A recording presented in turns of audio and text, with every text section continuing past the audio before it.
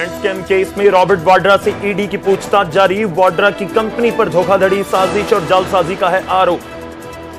हरियाणा से gurdwara management committee का अब तक गठन नहीं होने पर उठे सवाल। कमेटी के संस्थापक सदस्य दीदार सिंह नलवी की मांग, जल्द से जल्द हो कमेटी का गठन।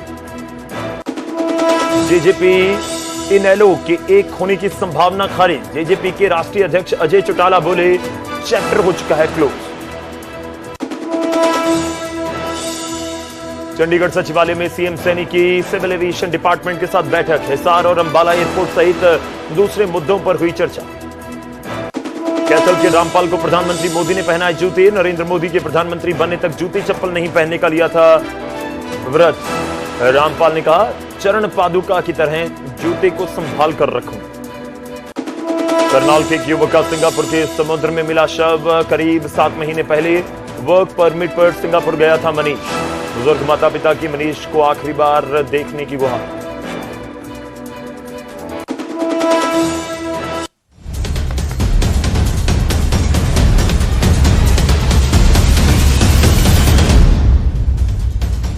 नमस्कार, स्वागत है आपका। गौरव शुक्ला मैं हूं आपके साथ। बुलेटिन का आगाज करने जा रहे हैं। सबसे पहले बात मोहाली के साइबर क्राइम पुलिस स्टेशन में, जहां पर प्रताप सिंह बाजवा नेता विपक्ष हैं पंजाब में, वो पेश हुए हैं। उनसे पूछताछ जारी है। उनकी तरफ से एक 32 ग्रेनेड वाली स्टेटमेंट दी गई थी, उसको लेकर यह पूछताछ की जा रही है। बाजवा और उनके वकील पुलिस स्टेशन के अंदर मौजूद हैं। पुलिस ने बाकी कांग्रेस के, पंजाब कांग्रेस के नेता जो पहुंचे हुए थे, उनको अंदर जाने की इजाजत नहीं दी। Mohali cyber crime police station के बाहर कांग्रेस की तरफ से सड़क पर ही प्रदर्शन किया जा रहा है। और इन प्रदर्शनकारी नेताओं में जो कांग्रेस के पंजाब के बड़े नेता हैं, अध्यक्ष राजा वड़िंग और सांसद रंधावा चन्नी सहित सभी कांग्रेसी धरने पर बैठे हुए हैं। बाजवा से पूछताछ तक होने तक, जब तक पूछताछ जारी है तब तक ये विरोध प्रदर्शन जारी रहेगा। ये राजा वड़िंग की तरफ से कहा गया है। तस्वीर आपको दिखा रहे हैं अब से कुछ समय पहले कि जब बाजवा अंदर गए हैं अपने वकील के साथ, हालांकि पूरे लाम लश्कर के साथ पूरे कांग्रेसी आप कह सकते हैं कि लीडर और वर्कर वहां पर पहुंचे थे कि बाजवा के साथ वो अंदर जाकर पूछताछ में साथ रहेंगे, लेकिन ना तो किसी वर्कर को अंदर जाने दिया गया और ना ही जो बाकी के उनके बड़े नेता थे उनको भी अंदर जाने की इजाजत नहीं दी गई। हालांकि राजा वड़िंग, सुखजिंदर सिंह रंधावा पंजाब के पूर्व उप मुख्यमंत्री हैं, मौजूदा समय में सांसद हैं, जो नजर भी आ रहे होंगे, उनको भी अंदर जाने की इजाजत नहीं दी गई। केवल प्रताप सिंह बाजवा और उनके साथ एक उनके लॉयर, वकील, उनको ही अंदर जाने की इजाजत दी गई और पुलिस के अधिकारी उनको अंदर ले गए। और लगभग अब से 1 घंटा, करीब 1 घंटा हो चुका है कि अंदर उनसे पूछताछ जारी है। और इस बीच कांग्रेस के जो नेता वहां पर पहुंचे हुए थे, उन्होंने मोहाली साइबर पुलिस स्टेशन के बाहर ही धरना प्रदर्शन शुरू कर दिया है और सड़क पर बैठकर वो धरना प्रदर्शन कर रहे हैं। मोहाली के साइबर क्राइम पुलिस स्टेशन में पूछताछ जारी है करीब 1 घंटे से प्रताप सिंह बाजवा से। और आपको बता दें कि प्रताप सिंह बाजवा की तरफ से एक स्टेटमेंट दी गई न्यूज 18 पंजाब हरियाणा के साथ, जब वो एक हमारे एक्सक्लूसिव शो में बैठे हुए थे, तो उनकी तरफ से कहा गया कि 50 ग्रेनेड पंजाब पहुंचे हैं और उनमें से 18 अब तक चल चुके हैं, 32 अभी बाकी हैं। तो 32 बाकी कहां हैं? पुलिस इसको लेकर सवाल जवाब कर रही है। और इस बीच पंजाब की सियासत में आप कह सकते हैं कि जबरदस्त ये भूकंप लाने वाला स्टेटमेंट था। एक तरफ एक्शन और दूसरी तरफ प्रदर्शन नजर आ रहा है।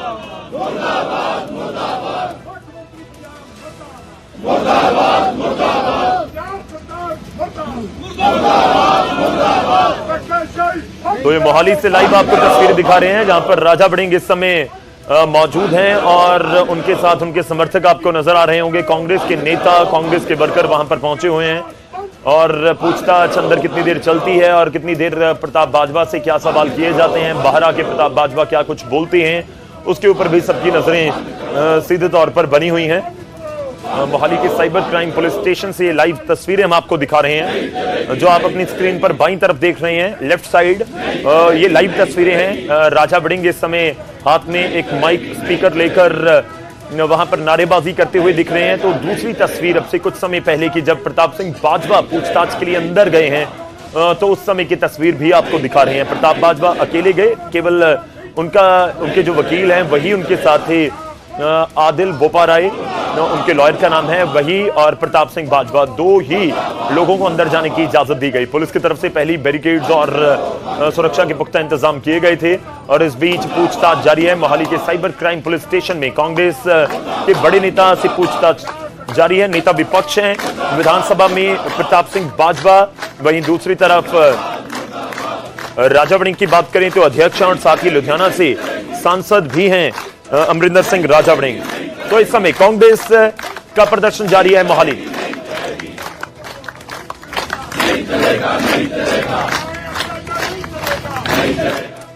तो एक मोहाली में पूछताछ जारी है कांग्रेस के एक बड़े नेता से, और एक दिल्ली में पूछताछ जारी है और नाम है रॉबर्ट वाड्रा। जी ये कांग्रेस का एक बहुत बड़ा नाम है। लैंड स्कैम केस में रॉबर्ट वाड्रा से पूछताछ, ईडी दफ्तर में वाड्रा से पूछताछ की जा रही है। स्काईलाइट हॉस्पिटैलिटी से यह जुड़ा हुआ पूरा मामला है। स्काईलाइट हॉस्पिटैलिटी पर धोखे का आरोप है, साजिश रचने का, जालसाजी करने का भी आरोप है। 1 सितंबर 2018 को यह दर्ज हुआ था केस। तोरू निवासी सुरेंद्र शर्मा की शिकायत पर स्काईलाइट हॉस्पिटैलिटी पर धोखे का आरोप लगा और उसके बाद ये केस आगे बढ़ रहा है। रॉबर्ट वाड्रा पहुंचे हुए हैं और उनसे पूछताछ जारी है। आपको बता दें कि मामले में हुड्डा को भी आरोपी बनाया गया है। पूरा मामला क्या है वो भी आपको बता दें। कंपनी ने 2008 में ओंकारेश्वर प्रॉपर्टी से जमीन खरीदी। गुड़गांव के शिकोपुर में लगभग 3.5 एकड़ जमीन खरीदी गई थी। 3.5 एकड़ जमीन 7.5 करोड़ में खरीदी गई थी। कमर्शियल लाइसेंस लेने के बाद जमीन डीएलएफ को बेच दी गई। 7.5 करोड़ की जमीन 58 करोड़ में बेची गई। आरोप है कि 3.5 एकड़ जमीन थी, 7.5 करोड़ में खरीद ली गई। उसके बाद कमर्शियल लाइसेंस लिया गया और फिर उसको डीएलएफ को बेचा गया 58 करोड़ में, यानी कि कुछ ही देर में लगभग 51 करोड़ रुपए का फायदा हो गया। बदले में डीएलएफ को 350 एकड़ जमीन आवंटित की गई। गुड़गांव के वजीराबाद में डीएलएफ को जमीन देने का यह आरोप है और इसी में पूछताछ की जा रही है। चलिए सीधा रुक करते हैं। हमारे सहयोगी इस समय दिल्ली से हमारे साथ हैं शंकर आनंद, उनका रुक करेंगे। शंकर, क्या कुछ आपके पास जानकारी? मैराथन पूछताछ हो रही है, काफी समय हो चुका है, लंच ब्रेक के बाद भी पूछताछ जारी है। निश्चित तौर पर देखिए, जिस तरह से रॉबर्ट वाड्रा की अगर बात करें तो आज रॉबर्ट वाड्रा को पूछताछ का ये दूसरा समन भेजा गया था। इससे पहले 8 अप्रैल को पहला समन भेजा गया था और उस वक्त में हालांकि रॉबर्ट वाड्रा 8 तारीख को पूछताछ की प्रक्रिया में शामिल होने नहीं आए, लेकिन आज वो पूछताछ की प्रक्रिया में शामिल होने आए। लेकिन आज रॉबर्ट वाड्रा जब पूछताछ की प्रक्रिया में शामिल होने आए, उनका अंदाज जो है एक राजनेता जैसा दिख रहा था, क्योंकि आज काफी अपने समर्थकों के साथ आए, पैदल मार्च करके वो ईडी मुख्यालय तक आए और वो उनका कहना भी था कि लोग चाहते हैं कि वो उनके साथ जुड़ रहे हैं और उन्हें अपना नेता मानते हैं। तो कहीं कहीं वो वाली एक फीलिंग जो है वो देखने को मिली। दूसरी तरफ देखा जाए जांच एजेंसी की तफ्तीश की अगर बात करें तो इस मामले में तफ्तीश की जो प्रक्रिया साल 2018 से चल रही है और इस मामले में पिछले कुछ दिनों के पहले ही कुछ सर्च ऑपरेशन की कार्रवाई को अंजाम दिया गया था। सर्च ऑपरेशन के दौरान में कई महत्वपूर्ण सबूतों को इकट्ठा किया गया था, कई अन्य आरोपियों से पूछताछ हुई। तो कहा जा सकता है कि उन्हीं तमाम पूछताछ की जो प्रक्रिया को पूरा किया गया था और इस मामले में जो सर्च ऑपरेशन की कार्रवाई हुई थी तो उस दौरान में कुछ नए एविडेंस निकल के सामने आए थे। उसी के मामले में पूछताछ के लिए रॉबर्ट वाड्रा को सम्मन भेजा गया और रॉबर्ट वाड्रा और उनकी कंपनियों से जुड़े हुए तमाम जो इनपुट्स हैं और तमाम जो संदिग्ध ट्रांजेक्शंस हैं उनके बारे में आज पूछताछ के लिए उन्हें सम्मन भेजा गया है। तो कहा जा सकता है कि आज की जो पूछताछ है तकरीबन 7 बजे तक चलने की संभावना है और फिलहाल इस वक्त में जांचकर्ता के द्वारा लगातार पूछताछ की प्रक्रिया को अंजाम दिया जा रहा है। चलिए शुक्रिया, धन्यवाद हमारे साथ जुड़ने के लिए। तो ये एक लंबा समय लग रहा है पूछताछ के लिए और भी जिस तरह से शंकर जानकारी दे रहे हैं कि कुछ और समय भी अभी लग सकता है कि उनसे पूछताछ आगे भी जारी रहे। और ये जमीन से जुड़ा हुआ लैंड स्कैम केस है जिसके ऊपर जिसमें आरोप लगे हुए हैं कि 3.5 एकड़ जमीन खरीदी गई थी। खैर वो पूरा मामला बढ़ते बढ़ते किसी और पॉइंट के ऊपर पहुंच गया, लेकिन अभी पूछताछ जारी है और रॉबर्ट वाड्रा से लगातार पूछताछ की जा रही है। आज आपको पूछताछ के लिए आज बुलाया गया है, ये क्या कहना है आपका? कुछ कहना नहीं है यार, मैं लोगों के हित में बोलता हूँ, माइनॉरिटीज के लिए बोलता हूँ, तो देश के हित में बोलता हूँ तो मेरे को रोका जाता है, राहुल को संसद में रोका जाता है। तो फिर इस तरीके से तो दुरुपयोग होता है इनका हर चीज। और बीजेपी करवा रही है पॉलिटिकल विच हंट है। आज काफी संख्या में लोग आए हैं आपके साथ में। आज हमेशा लोग जुड़ेंगे यार, जब मैं उनके लिए बात करता हूँ, उनके साथ जुड़ा हूँ, मेरे से प्यार करते हैं, वो चाहते हैं मैं राजनीति में आऊँ तो जुड़े हैं। तो आज एक कहें कि एक राजनेता रॉबर्ट वाड्रा आज आए हैं, बहुत अच्छी बात है।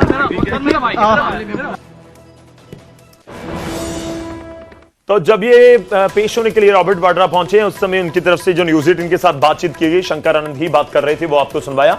चलिए आगे बढ़ते हैं, अगली खबर का रुख करते हैं। खबर हरियाणा से गुरुद्वारा मैनेजमेंट कमेटी से जुड़ी हुई और एचएसजीएमसी के गठन का मामला गर्माता हुआ नजर आ रहा है। लगभग 3 महीने हो चुके हैं इलेक्शन हुए और उनका नतीजा भी आए हुए, लेकिन अभी तक कमेटी का गठन नहीं हुआ। गुरुद्वारा मैनेजमेंट कमेटी का अभी तक गठन नहीं हुआ है। चुनाव होने और 40 सदस्य चुने जाने के बाद भी यह मामला लटका हुआ है।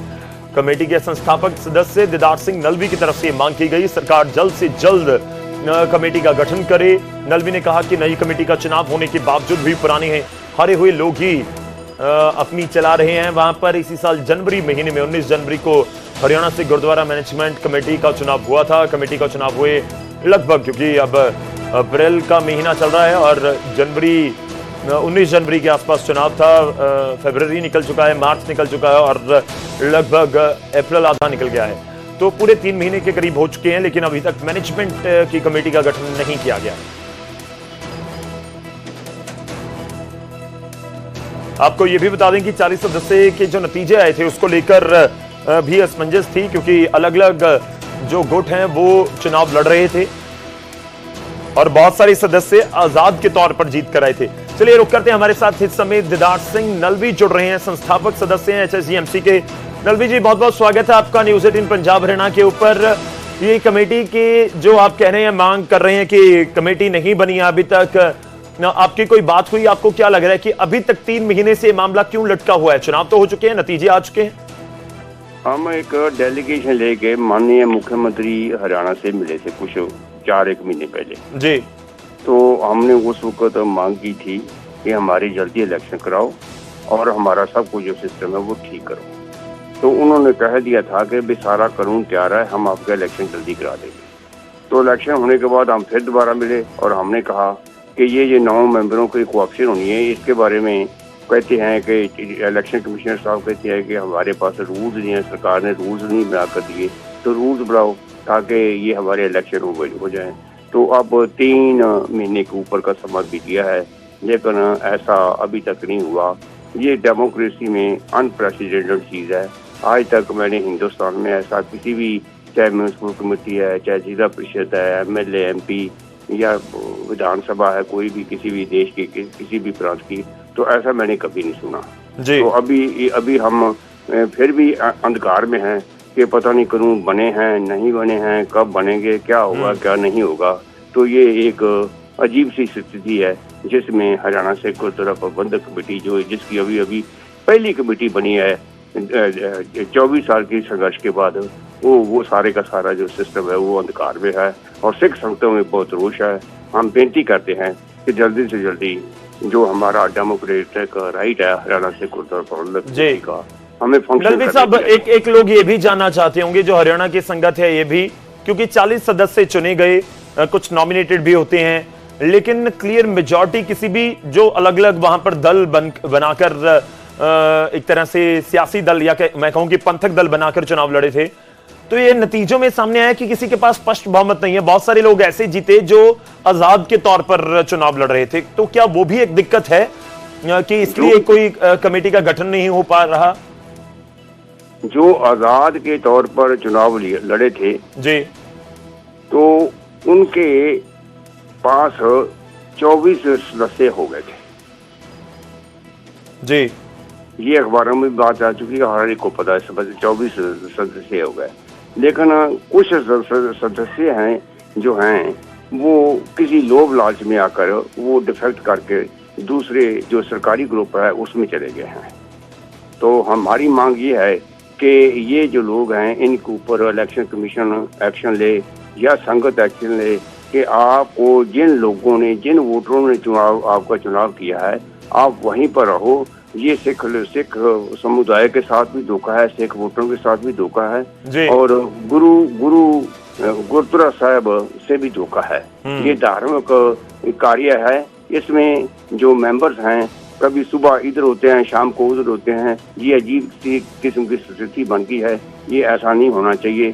सारे का सारा जो पंथ है वो एक हंसी वाली मजाक वाली स्थिति में पहुंच गया है और इसके लिए ये डिफेक्टर किस्म के जो लालची लोग हैं वो जिम्मेवार हैं। ठीक है। नलवी जी आप रहिएगा हमारे साथ इस समय फोन लाइन के ऊपर बलदेव सिंह कैंपुर जी भी जुड़ चुके हैं, सिख पंथक दल को रिप्रेजेंट करते हैं हरियाणा में। बलदेव जी बहुत बहुत स्वागत है आपका। 3 महीने के बाद भी जो HSGMC की कमेटी नहीं बन पाई है, आपको क्या लग रहा है कि कौन जिम्मेवार है इसके लिए? तो बात ऐसी है, इसके लिए तो सरकार ही जिम्मेवार है, क्योंकि 1914 में जिस टाइम एक्ट बनाया गया था जी, तो उस टाइम एक्ट को पूरा कंप्लीट नहीं किया, अधूरा रह गया। हमें तो इस बात का अभी पता चला जी। और ये जो गुरुद्वारा मैनेजमेंट प्रबंधक कमेटी है गुरुद्वारों का, इसमें प्रबंध करना है कि कैसे गुरुद्वारे का रख रखाव होना है, लंगर का रख रखाव होना है, और जो बिल्डिंग बनी है वो है धर्म का प्रचार प्रसार है। तो मेरा कहना ये है कि इस कमेटी को जल्द से जल्द गठन किया जाए, क्योंकि बहुत लंबा टाइम हो चुका है। और गुरुद्वारे में पीछे जो है अभी बजट भी पास हुआ है, अभी ये बैसाखी का बहुत बड़ा त्योहार है, ये भी मनाना था, ये भी जो है मर्यादा के मुताबिक मनाया गया, कहीं नहीं मनाया गया, क्योंकि ये जो है ना ये एक धार्मिक संस्था है जी। इसमें जो है इसको मेरा जो कहना है कि सरकार का इसमें दखलंदाजी नहीं होनी चाहिए। नहीं देखिए, हमारे साथ नलवी जी भी जुड़े हुए हैं। बलदेव जी आप बखूबी समझते और जानते होंगे उनको। एक मिनट में बात जी जी आप कंप्लीट कर लीजिए। हाँ, एक तो ना इसमें वैसे तो सरकार कहती है कि हमारी कोई दखलंदाजी नहीं, लेकिन हमें कुछ पता चला है कि कुछ हमारे मेंबरों के साथ सरकार के जो मुलाजिम हैं, कौन से हैं, उच्च कोटि के हैं, निम्न कोटि के हैं, वो संपर्क साधते हैं, क्योंकि इसमें तो मानवता की बात होनी है, इसमें कोई किसी का विरोध नहीं है। गुरु ग्रंथ साहब का जो विचारधारा है वो सारी दुनिया को अपने कलावे में ले लिया। वो अलग बात है कि कुछ हरियाणा के सिखों की मांग के ऊपर ये कानून बन गया, लेकिन अच्छी बात है अब इस कानून को जल्दी से जल्दी जो है जो ऑप्शन के मेंबर बनते हैं, SCPC में तो जो इलेक्टेड मेंबर होते हैं वो अपना प्रधान चुन लेते हैं, उसके बाद ऑप्शन हो जाती है, तो ये जल्दी क्लियर कर देना चाहिए। मेरा सवाल ये था कि चाहे वो दादूवाल हो या जगदीश सिंह झिंडा हो या जिनको जो महंत हैं उनको बनाया गया था अध्यक्ष, क्या उनकी भूमिका कोई आपको नजर आ रही है? मैं भूमिका इस तरीके से पूछना चाह रहा हूं कि क्या आपको लग रहा है कि अभी भी संचालन उन लोगों के हाथ में है? किन लोगों के हाथ में है मौजूदा समय में आपको लग रहा है? देखो, जिन लोगों को संगत ने नकार दिया है, जिस दिन इलेक्शन शुरू हो जाता है, जो पहली बॉडी होती है उसका फंक्शन खत्म हो जाता है, ठीक है, लेकिन वो अभी भी पता नहीं किस तरीके से बैकडोर से अपना को प्रभाव, मतलब आपको लग रहा है कि अभी भी बलजीत सिंह दादूवाल और दूसरी तरफ जगदीश सिंह झिंडा का प्रभाव है जो संचालन किया जा रहा है HSGMC? तो कहीं नजर नहीं आता, लेकिन ये जो दादूवाल साहब है जी, ये जरूर कहीं ना कहीं इंटरफेरेंस करते नजर आते हैं। ठीक है, चलिए नलवी जी भी हमारे साथ हैं और बलदेव जी भी जुड़े हुए हैं, और इस बीच हमारे साथ भारतीय जनता पार्टी के वरिष्ठ नेता जुड़ रहे हैं हरियाणा से, वीरेंद्र चौहान जी। वीरेंद्र जी स्वागत है आपका। 3 महीने हो चुके हैं, HSGMC का चुनाव हो रखा है, नतीजे आ चुके हैं, लेकिन अभी तक कमेटी नहीं बनाई गई। इसको लेकर जो सिख पंथक दल हैं या फिर जो उनके नुमाइंदे हैं उनकी तरफ से सवाल उठाए जा रहे हैं और कह रहे हैं कि सरकार जिम्मेवार है कि अभी तक अगर कमेटी नहीं बनी। चौहान साहब आवाज आ रही है मेरी?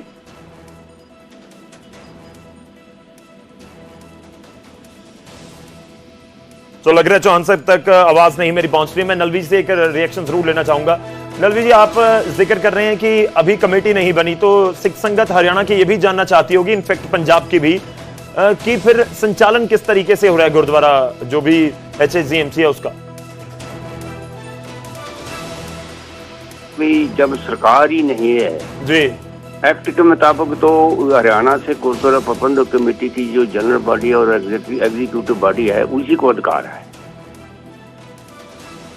तो सरकार ने बनानी है। ये हमारी एक जो कमेटी है ऑटोनॉमी कमेटी है, और इसको गठन सरकार ने करना है। सरकार ने अभी तक गठन नहीं किया, तो इसके लिए मैं ये समझता हूँ कि ये सरकार इस सब कुछ की जो मैस क्रिएट हुआ है, इसके लिए मुकम्मल जो जिम्मेवारी है वो सरकार को अपना फर्ज निभाना चाहिए। आपको भी लगता है कि कोई बैकडोर सरकार की तरफ से ही एचएससीएमसी के काम को देख रहा है या दखल दे रहा है? देखो, बलदेव जी ने नाम ले दिया, बलदेव जी कहते दादूवाल से कहीं ना कहीं सीधे इनडायरेक्टली काम करवाया जाए। मैं तो वो बात कहता हूँ जो स्पष्ट दिखाई देती है। जो बिहाइंड दी कर्टन हो रहा है, क्या हो रहा है क्या नहीं हो रहा है, जिसके बारे में कुछ पता नहीं, उसके बारे में कमेंट नहीं करना चाहता। ठीक है, लेकिन ये बात स्पष्ट है कि सरकार जो है वो हमारी कमेटी का गठन नहीं कर रही, जिसकी वजह से सरकार जी सरकार के प्रतिनिधि भी जुड़ चुके हैं। नलवी जी, एक बार उनसे भी बात कर लेते हैं। वीरेंद्र चौहान जी जुड़े हैं। वीरेंद्र जी, मेरी आवाज आप तक पहुंच रही होगी। 3 महीने हो चुके हैं, एचएससीएमसी का चुनाव हो रखा है, लेकिन अभी तक कमेटी का गठन नहीं हुआ। सरकार को जिम्मेवार सिख समुदाय के लोग ठहरा रहे हैं। आपको मेरी आवाज मिल रही है गौरव जी? जी वीरेंद्र जी, आ रही है, आवाज आ रही है। हाँ, मैं ये कह रहा हूँ कि हरियाणा की सरकार का जहाँ तक सवाल है, मैं इस आरोप को तो सिरे से खारिज करता हूँ कि सरकार कहीं बाधा डाल रही है या सरकार कहीं अवरोध खड़े कर रही है। हरियाणा की वर्तमान सरकार को तो इस बात का श्रेय जाता है कि जो कई साल के लंबे संघर्ष के बाद हरियाणा की सिख संगत को अपनी कमेटी, अपने गुरुघरों के प्रबंधन का अधिकार मिला था। हमने उसको कानूनी लड़ाई में मदद करते हुए पहले जो एडहॉक कमेटी बनाई, फिर चुनाव की प्रक्रिया जो कानून सम्मत तरीके से हो सकती थी, जो चुनाव का कमिश्नर नियुक्त करके हमने उस काम को आगे बढ़ाया। सिख संगत ने अपने 40 नुमाइंदे चुन दिए हैं। अब इस बात को आगे बढ़ाते हुए कोऑप्शन करना 9 सदस्यों का, ये उन्हीं मेंबरान का अधिकार है, उन्हीं को करना है। मेरी जहां तक जानकारी है कि एक मीटिंग बुलाई गई थी, उस समय जो गुरुद्वारा कमिश्नर साहब हैं, जो इलेक्शन कमिश्नर साहब हैं मल्ला साहब, उनकी माता जी का निधन हो गया था। एक मीटिंग और हुई जी, एक और मीटिंग तय हुई, हो पाई कि नहीं हो पाई ये मुझे नहीं मालूम। और वो मीटिंग भी उसमें शायद कोई कार्रवाई नहीं हुई, और रूल को लेकर के कोऑप्शन के रूल क्या हो, इसको लेकर शायद कोई सहमति नहीं थी। अभी आज जब मैं आपसे बात कर रहा हूं तो मेरे पास इतनी ही जानकारी है कि जो कोऑप्शन संबंधी नियम हैं वो तय हो चुके हैं, और उन नियमों के अंतर्गत जो 9 सीटें कोऑप्शन से भरी जानी है, उन्हें भरने का काम वो चुने गए निर्वाचित नुमाइंदों का है। वे उन 9 लोगों को चुन लेंगे तो 49 सदस्यों का हाउस वो कंप्लीट हो जाएगा, और वो हाउस फिर अपने एक प्रधान, वरिष्ठ उप प्रधान, उप प्रधान, महासचिव और सचिव का निर्वाचन कर लेंगे। सरकार पहले दिन से यही चाहती थी कि हरियाणा के ऐतिहासिक गुरुघरों का वहाँ या उनके हरियाणा में जो कुछ 2 या 3 कॉलेजेस हैं, कुछ विद्यालय हैं, उनका प्रबंधन वो जल्द से जल्द वो हरियाणा की अपनी कमेटी के पास हो। वो लड़ाई लंबी चली, उसमें हरियाणा की वर्तमान सरकार ने मदद की। ठीक है, तो कुल मिलाकर आप चौहान साहब ये कह रहे हैं कि सरकार का इसमें दखलंदाजी नहीं है, लेकिन काम आगे बढ़ रहा है। चलिए, मेरे पास समय भी खत्म हो चला है, आपकी थोड़ी सी आवाज कम आ रही थी। शुक्रिया, बहुत बहुत धन्यवाद हमारे साथ जुड़ने के लिए। चौहान जी आपका भी, नलवी साहब आपका भी, और बलदेव जी आपका भी धन्यवाद हमारे साथ जुड़ने के लिए। तो चुनाव तो हो चुके हैं, अब कमेटी का गठन कब होता है, कितनी देर में होता है, कितना जल्दी होता है, वो देखने लायक बात रहेगी।